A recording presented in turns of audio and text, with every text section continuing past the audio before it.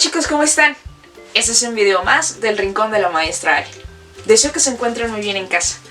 El día de hoy abordaremos la asignatura de español, con un tema que a mí en lo particular me gusta mucho, porque nos permite conocer y sobre todo valorar y apreciar la diversidad de lenguas que hay en nuestro país. Y es que en México no solamente hablamos el español. ¿Quieres saber un poco más? El tema de hoy es el siguiente.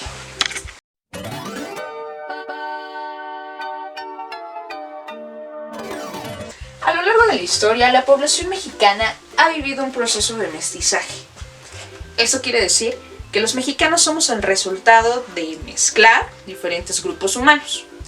Principalmente, yéndonos un poquito hacia atrás en la historia, somos el resultado de haber mezclado a los grupos indígenas que habitaron originalmente el territorio mexicano y los españoles.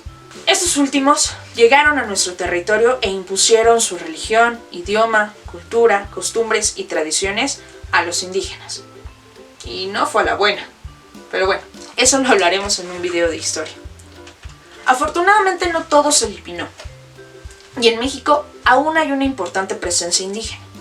Sin embargo, debido a las diferencias que ellos presentan, se encuentran en una situación de vulnerabilidad, pues no son valorados y comúnmente son discriminados. Es importante que como mexicanos dejemos a un lado ese tipo de actitudes y reconozcamos la importancia y el valor que los grupos indígenas tienen en nuestro país.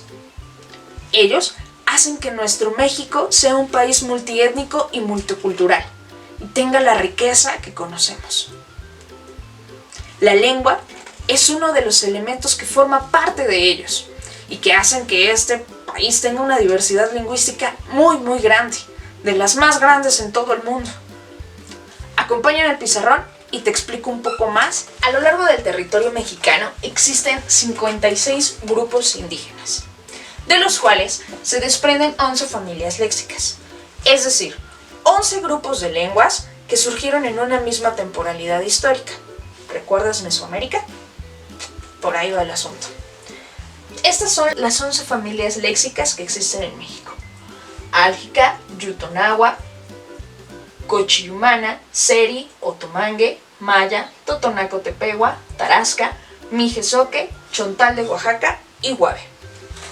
De estas 11 familias léxicas se desprenden 68 lenguas indígenas, que son consideradas las oficiales, por así llamarlas, en nuestro país. Pero de esas 68 lenguas indígenas, como el náhuatl, el zapoteco, el mixteco, el totonaco, de cada una de ellas hay 364 variantes. Por eso te mencionaba yo que hay más de 300 formas de hablar en nuestro país. Estas variantes responden de acuerdo al lugar, la ubicación, las características y la forma en las que son utilizadas cada una de estas lenguas.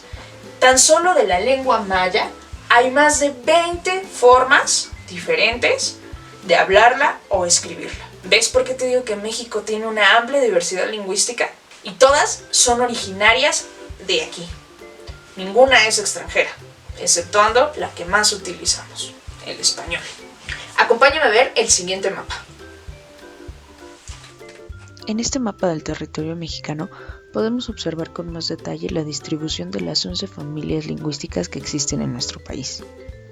Si te das cuenta, la gran mayoría de ellas se ubica en la parte sur, donde se ubicaron las civilizaciones mesoamericanas que vimos en la clase de historia.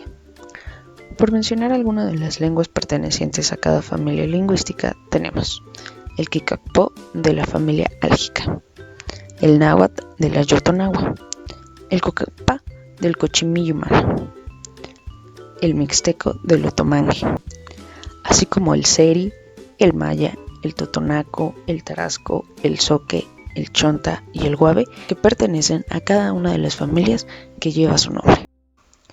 Las 68 lenguas que existen en nuestro país, de acuerdo con el Catálogo de las Lenguas Indígenas Nacionales, hecho por el Instituto Nacional de Lenguas Indígenas, se encuentran en un riesgo latente de desaparecer. Principalmente 21 de ellas se encuentran en una situación crítica. En este mapa podemos observar cuáles son las lenguas más habladas y cuáles se encuentran en peligro. Así, mientras hay lenguas que se cuentan por miles de hablantes, como el caso del náhuatl, el zapoteco, el mazahua, hay otras que tienen un número muy escaso de hablantes, como es el caso del ópata en Sonora, el ayapaneco en Tabasco, el quiligua en Baja California, entre otros. Todas estas lenguas forman parte de nuestro patrimonio cultural. Por ello, es importante que las respetemos, las valoremos, pero sobre todo, promovamos su preservación para conservarlas, pues como vimos, muchas de ellas están en peligro de extinguirse. Como te mencioné al inicio del video, no todo fue eliminado por los españoles. Hay palabras que usamos actualmente y que provienen de lenguas indígenas. A estas palabras les llamamos indigenismos. Te explico un poco más. Como te comenté, los indigenismos son palabras derivadas de las lenguas indígenas, es decir, que tienen su origen en ellas. Existen tres tipos de palabras. Las que coexisten con el español, es decir, utilizamos las de origen indígena o las de origen español. Un ejemplo son mecate, que proviene de mecatl, o reata, que proviene del español. Y ambas sabemos que refieren a una cuerda o a un pedazo de cuerda. Las segundas son las que son usadas más que el español, ¿ok? Por ejemplo, en México tenemos el atole, y así le conocemos, más que como papilla. Y las últimas son las que no existen en el español y que tuvieron que ser adaptadas. Tal es el caso de la palabra chocolate, la cual fue adaptada por los españoles y que ahora conocemos como chocolate. ¿Conoces alguna otra? Sin duda la clase de hoy nos ha permitido conocer un poco más de los orígenes de nuestro México, hacernos conciencia sobre la importancia de cuidar las raíces que nos dieron origen y sobre todo valorar la diversidad que en él existe. Espero haberte ayudado con esta clase. Con ella podrás iniciar el proyecto número 11 de tu libro de español.